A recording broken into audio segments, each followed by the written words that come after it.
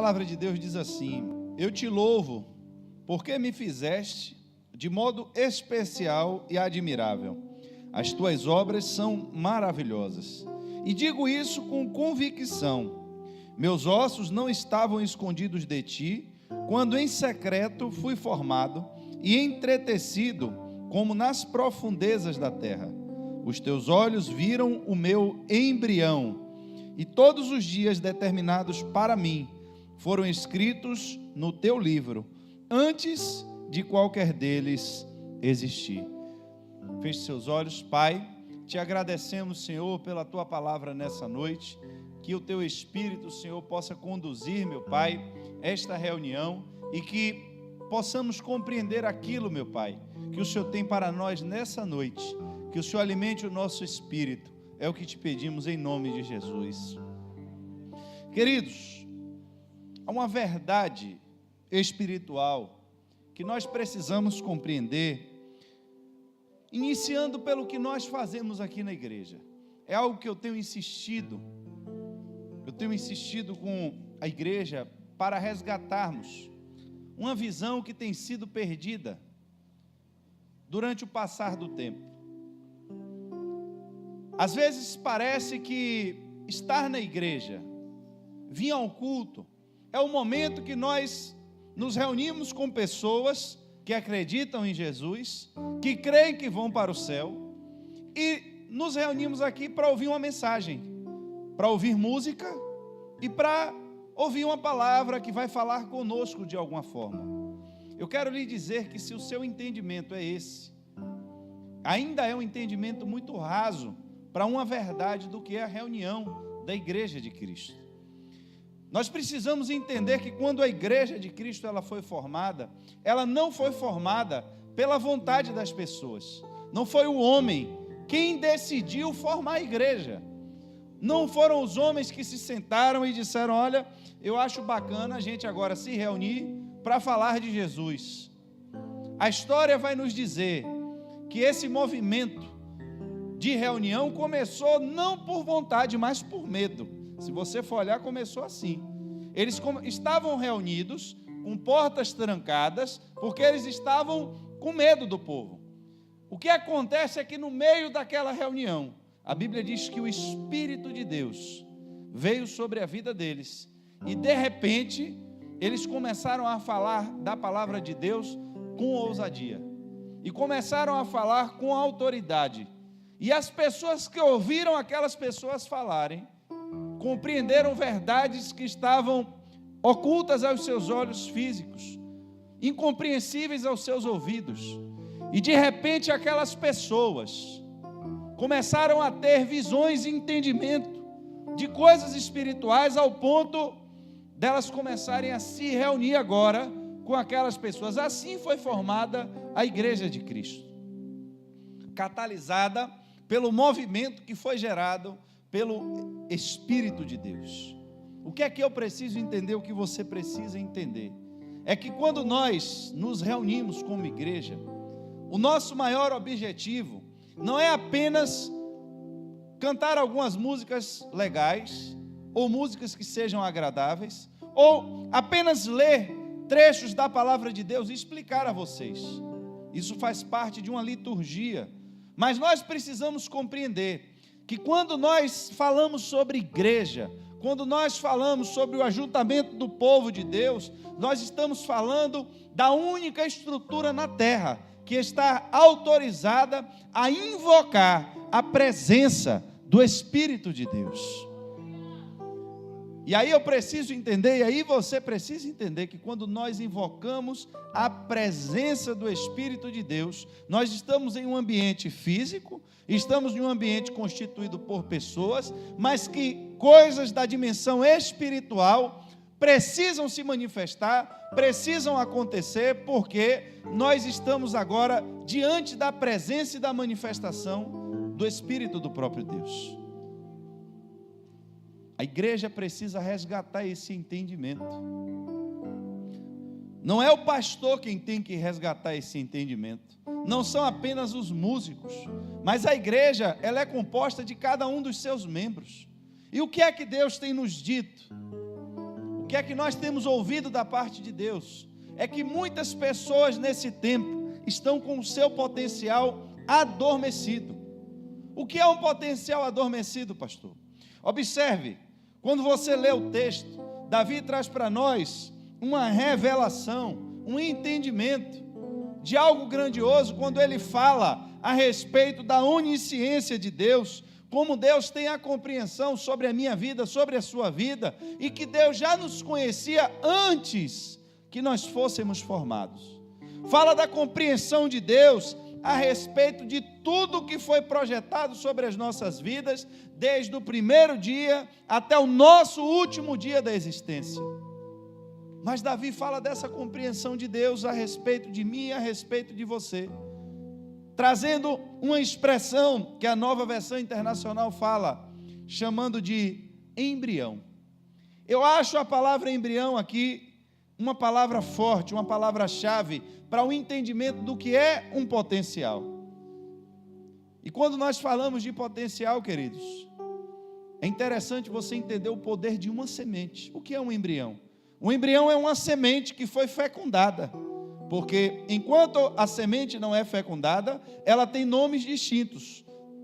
A semente masculina e a semente feminina, tem nomes distintos. Mas quando essas sementes se unem, observe, se essas sementes elas não se unirem, elas nunca vão ter potencial para produzir nada. Continua sendo uma semente masculina e continua sendo uma semente e vão morrer assim.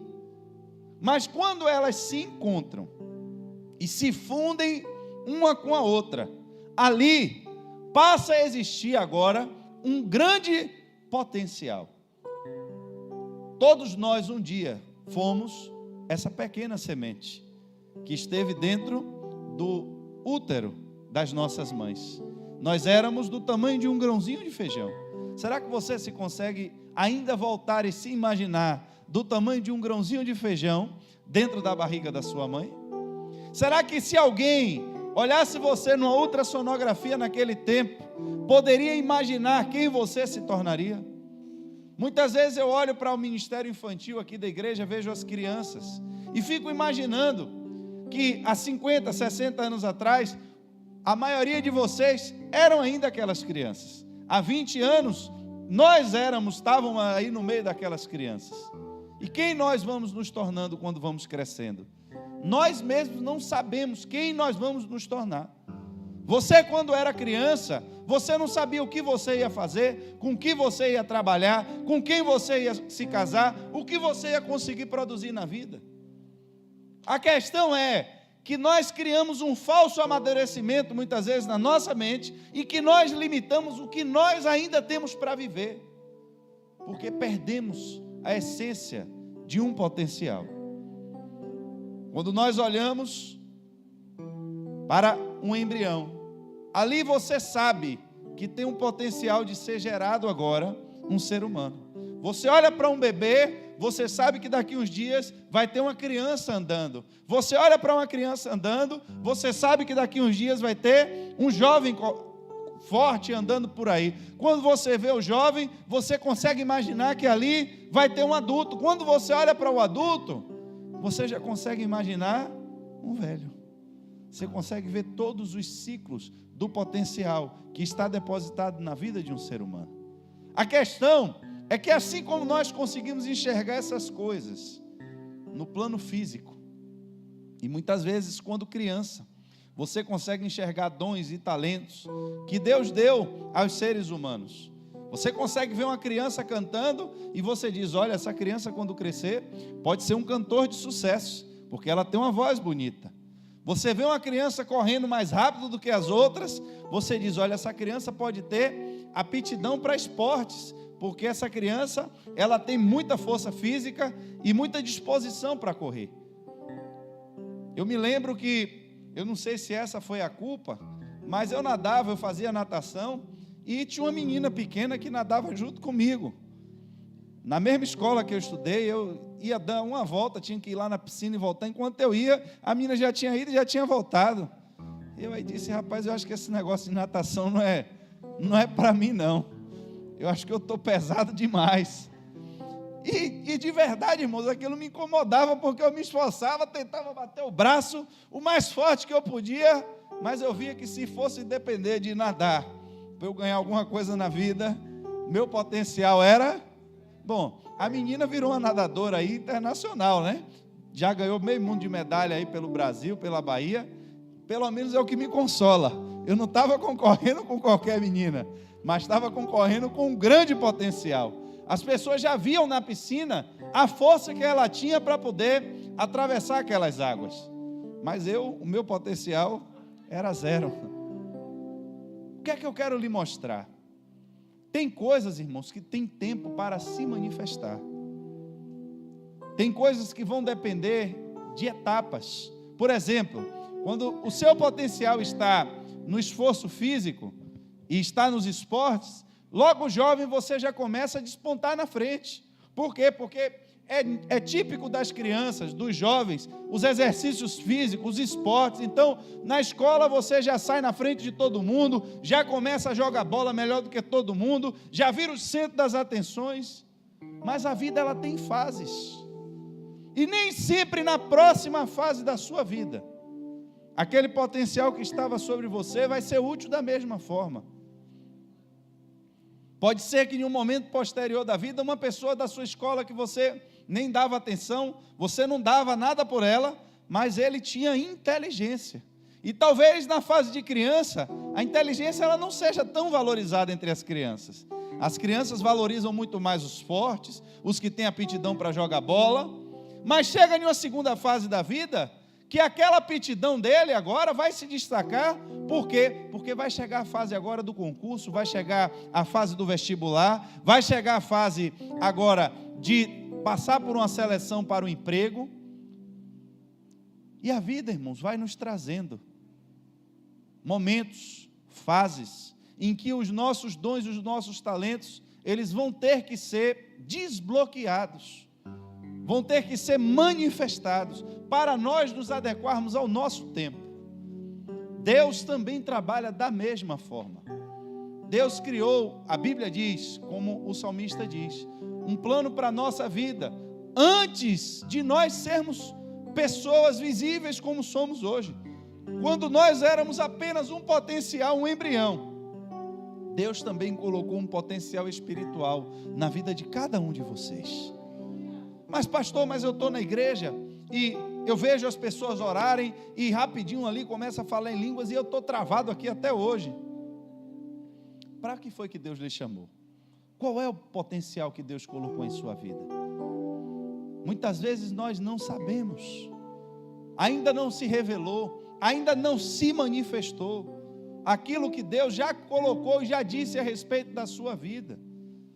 O que você precisa entender é que o tempo de Deus, ele corre de forma diferente do nosso.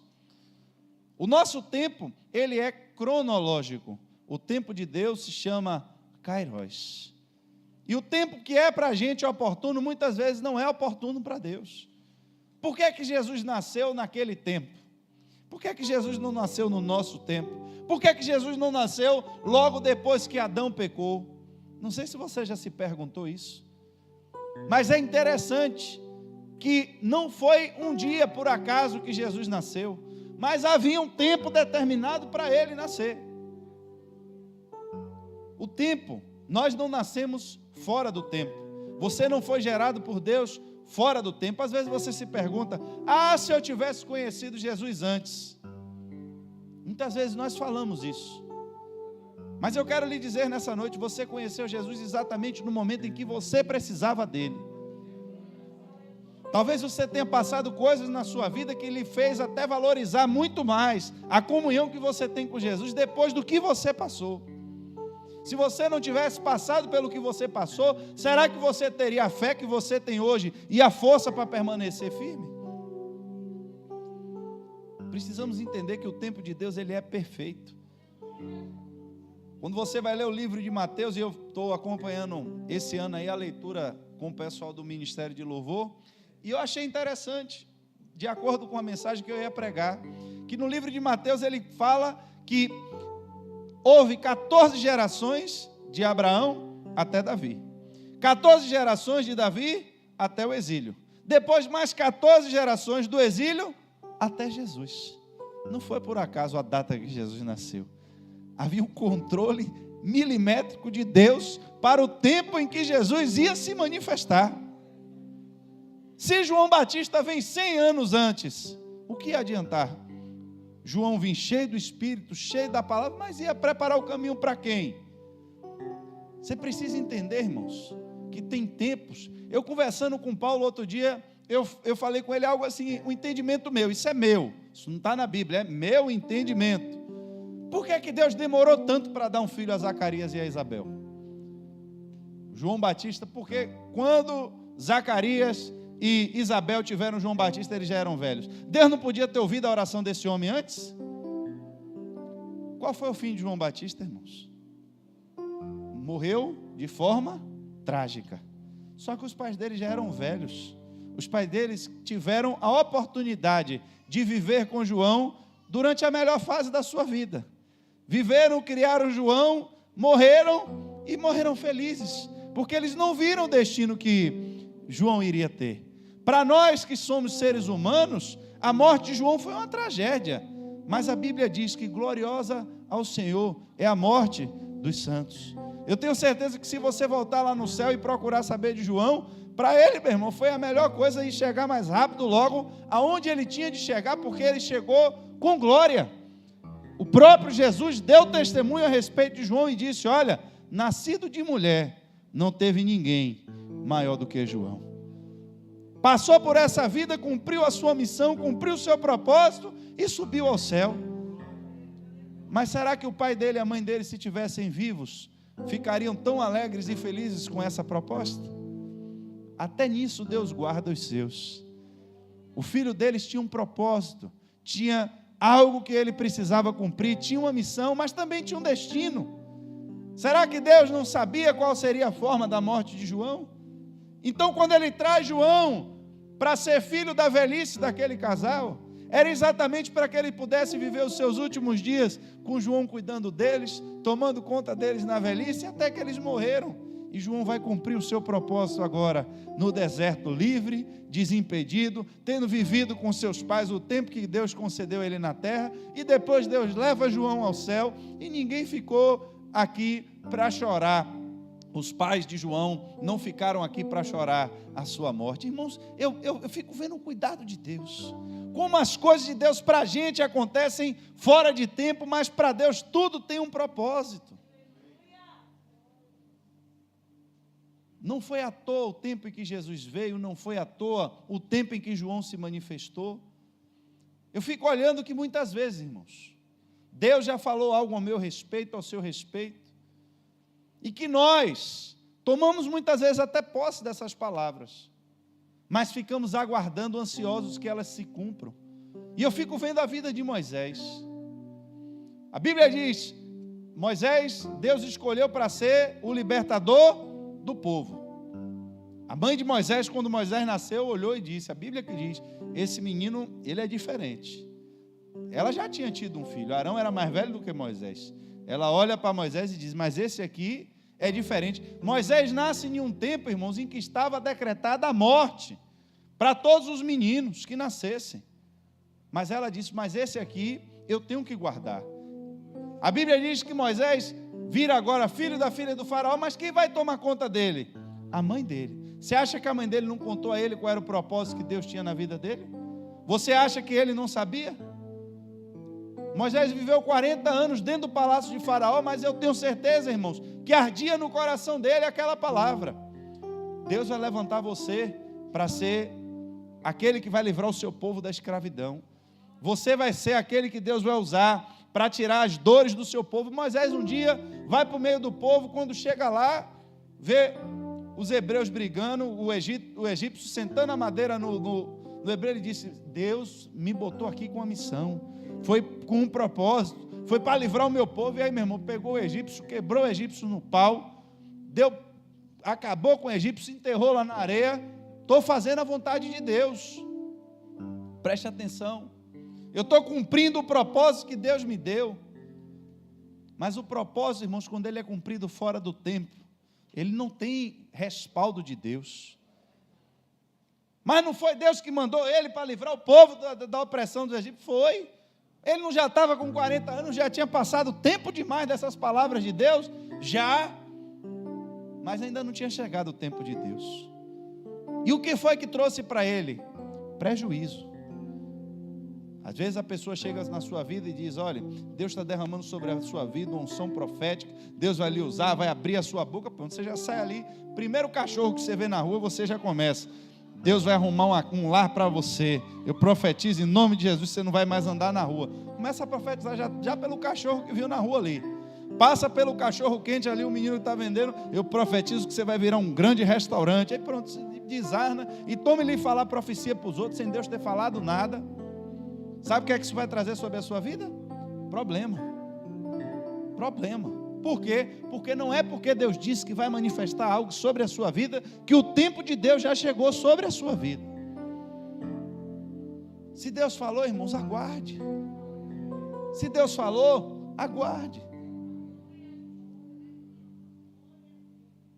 Aí a Bíblia diz que 40 anos depois, olha quanto tempo depois, já tinha vivido 40 anos, achou que tinha chegado o tempo de Deus, foi matar o egípcio, depois o pau quebrou, ele teve que fugir do Egito, foi para o meio do deserto, se desiludiu com aquela palavra, perdeu a esperança, arrumou uma mulher, já tinha filho, tomando conta de ovelha, a vida dele já estava toda equilibrada, tudo certinho. Aí Deus aparece para ele e diz: meu filho, agora chegou o meu tempo sobre a sua vida. Chegou a hora de eu liberar todo o potencial da palavra que um dia foi dita a respeito de você, que Deus enviaria um libertador para o seu povo. Ah, Senhor, mas agora eu não quero mais não. Eu queria 40 anos atrás, quando eu era forte, quando os meus braços eram fortes, quando eu tinha vigor, quando eu tinha força para subir ladeira, quando eu tinha coragem de entrar em boca de fumo. Eu queria naquele tempo. Eu queria quando eu estava no auge do meu ministério. Eu queria quando eu tinha milhões de seguidores no YouTube. E agora? Deus disse: pois é agora mesmo que eu quero, para que não seja glória para você, mas que seja para mim. Porque a forma como você vai agir não é mais pela força do braço, mas é pelo poder do meu Espírito. E o problema, irmãos, é esse. Muitas pessoas frustradas com Deus, muitas pessoas frustradas porque quiseram antecipar as coisas. Eu quero que você entenda, nós estamos falando de potencial. E quando você resolve fazer uma plantação, vamos fazer uma plantação de laranjas, você vai semear os caroços e você não volta no outro dia para colher laranja. Não é da noite para o dia que as coisas acontecem. E se você resolver plantar culturas diferentes, você tem que respeitar o tempo de germinação de cada semente, porque para cada semente tem um tempo específico e determinado. Eu fiquei vendo outro dia, no Globo Rural estava passando um projeto de reflorestamento. E nesse projeto de reflorestamento, o biólogo que estava plantando aquelas árvores, ele tinha o cuidado de entender que tinham árvores, que elas se tornariam árvores muito grandes, mas elas têm um crescimento muito lento. Já tem outras que se tornariam árvores pequenas e com uma vida bem curta, mas elas têm um crescimento muito rápido. E ele, se plantasse essas árvores uma do lado da outra, a árvore que não tem potencial para crescer e para se tornar uma árvore de longa vida, ela cresceria mais rápido do que a outra, ia fazer sombra na outra e ia matar a árvore que tinha um potencial. Veja o que a Bíblia fala a respeito do trigo e do joio. Alguém resolveu fazer um cultivo de trigo. Enquanto dormia, o inimigo veio e semeou o joio.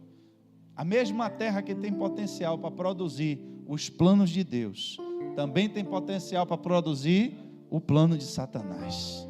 Da mesma forma que Deus criou um plano e um projeto para a sua vida e determinou um tempo para que isso acontecesse, o diabo também tem interesse em botar ideias na sua cabeça, em implantar sementes no seu coração, para que você não produza o que Deus quer,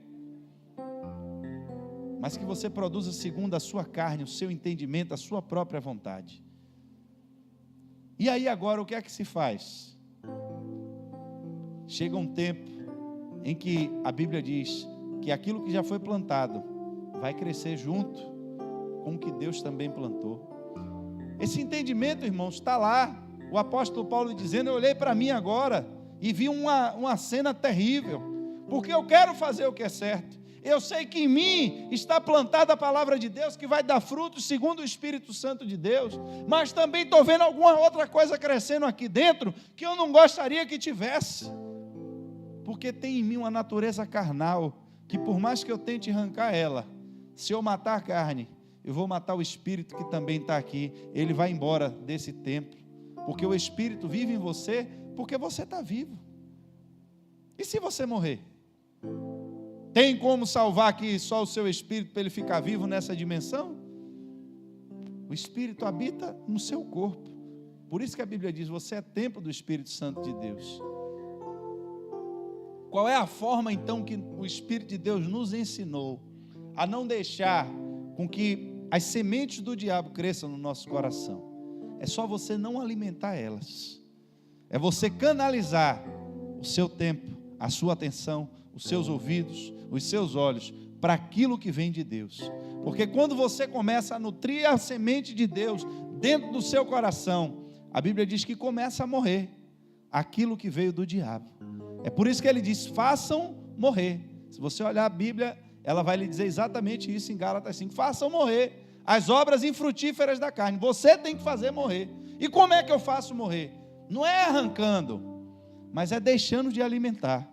O que é que isso significa, pastor? Significa que os primeiros dias que você deixar de alimentar essa estrutura carnal que tem em você, primeiro você não vai ver resultado aparente nenhum, parece que você está fazendo um esforço em vão e vai sentir um desconforto terrível, porque a carne vai brigar com você, querendo que você continue alimentando todo o potencial das trevas que está em você.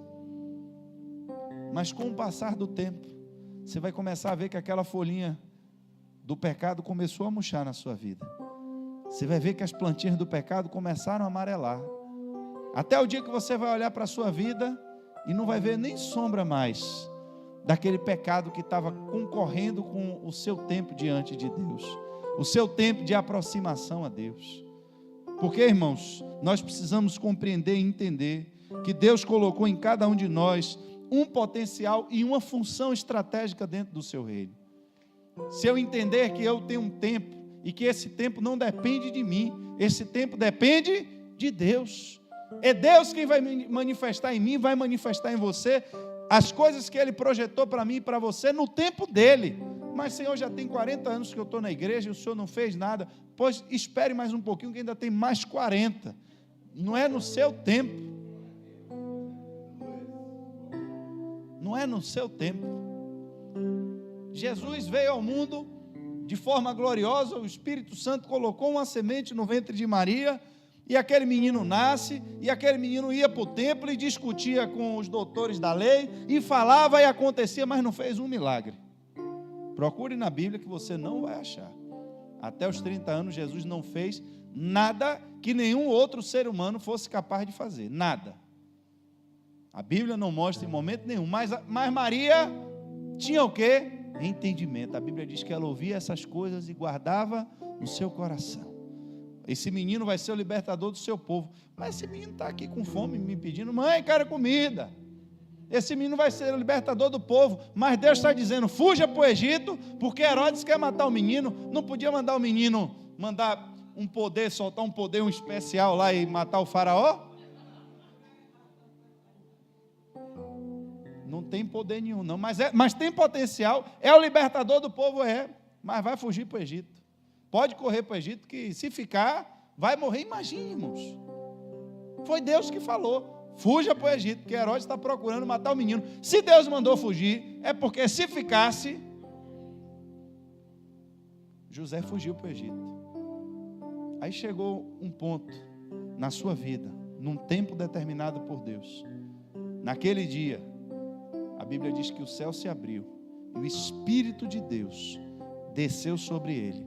E a plenitude do Espírito de Deus passou a habitar naquele corpo que foi programado, preparado durante 30 anos para receber o Espírito de Deus.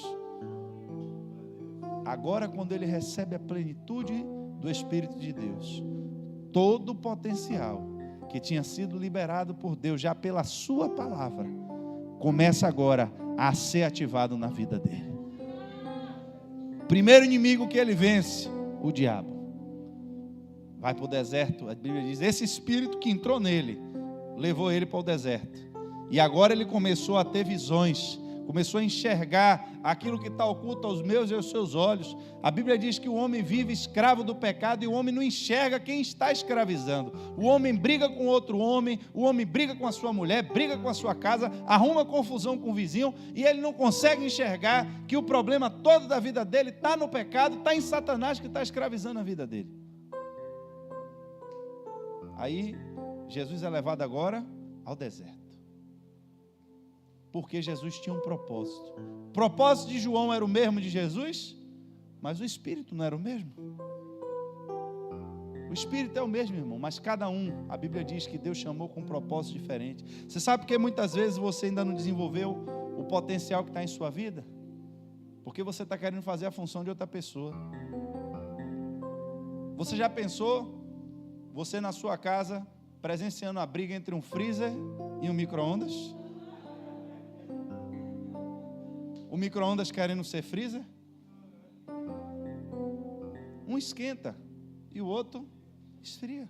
Mas não tem função na sua casa todos os dois?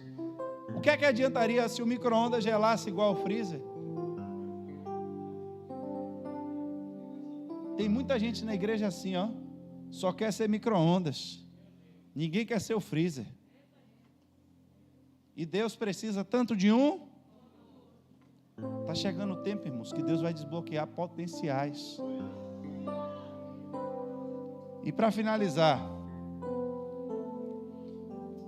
para nós desenvolvermos esse potencial, não tem como, se nós não estivermos conectados com Deus. A Bíblia diz que lá no começo, até a oferta de Caim, quando ele foi apresentar diante de Deus, Deus disse: olha, meu filho, eu não posso receber os frutos que vêm da sua mão, porque você não está conectado comigo. Se você fizer o bem, você vai ser aceito, eu vou aceitar a sua oferta, mas desconectado comigo, você não funciona. Eu me lembro que uma vez eu viajei para o interior com o pastor Hélio. Eu não me lembro se eu namorava ainda com Tayane, se a gente era recém-casado, mas ele foi desligar um ventilador na casa dele e desligou a tomada do freezer. E nós chegamos uma semana depois. O mau cheiro já estava no portão da casa. Porque enquanto o freezer estava ligado, o freezer era uma bênção, irmãos. Enquanto o freezer estava ligado, tinha comida dentro do freezer. Enquanto o freezer estava ligado, o freezer estava sendo responsável por sustentar aquilo que era a nossa vida, a nossa alimentação. Mas depois que o freezer foi desligado da tomada, por um período, ainda continuou gelado. Por um período, ainda pareceu que nada tinha acontecido.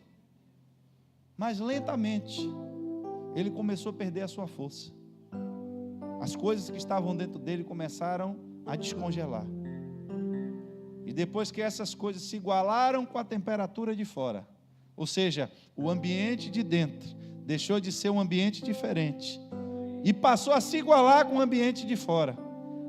Tudo que estava dentro do freezer começou a se perder, começou a apodrecer, porque ele perdeu o seu potencial.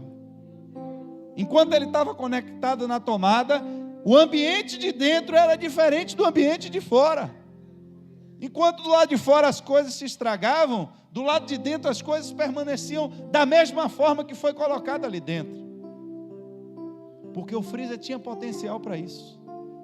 Mas para ele desenvolver o seu potencial, ele precisava estar ligado na tomada. Puxou ele da tomada, perdeu o seu potencial. O freezer ficou tão danificado que mesmo depois que ele foi devolvido o seu potencial, ficou uma mancha amarela do ácido, do não sei do que foi, daquela podridão que soltou aqueles gases tão perturbados que era branco, o freezer ficou amarelo e não teve mais cloro na vida que tirasse aquela mancha. Muitas vezes você se desconecta de Deus, você acha que está com o mesmo potencial, porque no começo ainda faz, porque no começo ainda acontece, ainda sente o gelinho. Mas o tempo vai passar, irmãos. E quando a temperatura de dentro ficar equivalente com a temperatura de fora, a podridão é o que resta. É tempo de reconexão com Deus. Deus está querendo atrair você para mais perto dele. Está querendo jogar uma carga de 220 em você, para você desenvolver agora o seu potencial com a maior habilidade possível. E se você pensa que já viveu tudo que Deus tem para você, deixa eu lhe dizer uma coisa. Ainda tem coisas ocultas, escondidas, que Deus quer desenvolver através da sua vida. Tem eletrodomésticos na nossa casa que a gente usa todo dia. O liquidificador, coitado, quem mais sofre. A cafeteira toma um pau danado. Mas a batedeira nem todo dia você usa. Mas quando você quer fazer algo novo, quando você quer fazer algo diferente, quando você quer fazer algo grande, aí você vai abrir o armário para procurar sua batedeira, porque você quer ela funcionar. Às vezes você pode não ser um liquidificador, às vezes você pode não ser essa cafeteira que Deus usa todo dia, mas quando Deus quiser fazer algo grande, quando Deus quiser fazer algo diferente, Ele vai procurar: aonde está o meu servo Ananias? Porque tem um homem que vai escrever metade do Novo Testamento, tem um homem que vai desenvolver os meus dons e talentos, trazendo testemunho diferente nesse tempo. Mas para que ele ative o seu potencial, eu preciso que Ananias vá lá, destravar o potencial que está nele. Para onde Ananias vai depois? Talvez vá para o armário, ficar guardado de novo, na caixinha dele arrumado. Para onde Ananias vai depois? Talvez debaixo do armário escondido. Ninguém vê. Quem entra na sua casa, a batedeira, eu tenho certeza, só quem gosta de fazer bolo mesmo, mas normalmente a batedeira ela fica escondida, não fica na frente da casa. O liquidificador não, você chega, está logo lá, em cima da geladeira, está logo do lado do fogão, mas geralmente a batedeira fica mais escondida. Mas quando alguém come um bolo gostoso na sua casa, vai saber que para aquilo ali ter aquele resultado, teve que passar pela batedeira. Para Paulo receber a sua visão de volta, para ele ouvir o evangelho, não foi um anjo que Deus mandou. O próprio Jesus apareceu para ele, mas não pregou o evangelho para ele. Eu quero saber quem está disposto a encontrar o homem que está querendo matar você. Senhor, ele está querendo me matar, pois eu estou mandando você ir lá conversar com ele. Aonde estão os Ananias? Um potencial desenvolvido para uma missão estratégica no seu tempo. Assim, irmãos, Deus tem feito com muitas pessoas. Nós às vezes nos frustramos, nos chateamos, porque queríamos ser o liquidificador, queríamos ser a batedeira, queríamos estar na vitrine da igreja, queríamos que todo mundo estivesse vendo a gente, mas às vezes você não sabe que um dia que Deus vai lhe levar em um lugar, uma obra que você vai fazer, vai ter um resultado tão grande, que quem sabe não é através da sua vida que Deus vai iniciar o maior movimento de avivamento que já teve no Brasil. Como é que vai saber? Porque nós não temos condições de saber. Mas se você for ler um livro chamado Paixão pelas Almas, de Oswald Smith, um dos maiores avivamentos que se teve na Europa, começou com um homem, que resolveu abrir a sua garagem para começar a orar de novo. A igreja perdeu a oração, os pastores saem da igreja, vão para os bares beber e jogar sinuca, e as pessoas vão junto.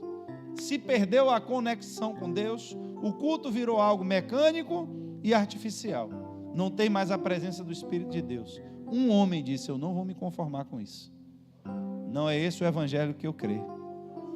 Se alguém quiser vir orar comigo, todos os dias eu vou abrir agora a minha garagem e nós vamos começar a orar. Por causa daquele homem que começou a orar, outras pessoas vieram, e depois que esse movimento começou a crescer, todos os bares daquela região fecharam. quase toda a população daquela cidade se converteu. E aquele avivamento saiu se espalhando e se alastrando por todas as cidades da Europa. Qual é o potencial que Deus depositou na sua vida? Para que foi que Deus lhe chamou? Eu queria que você ficasse de pé. Nós vamos estar ministrando nesse propósito, nesse sentido.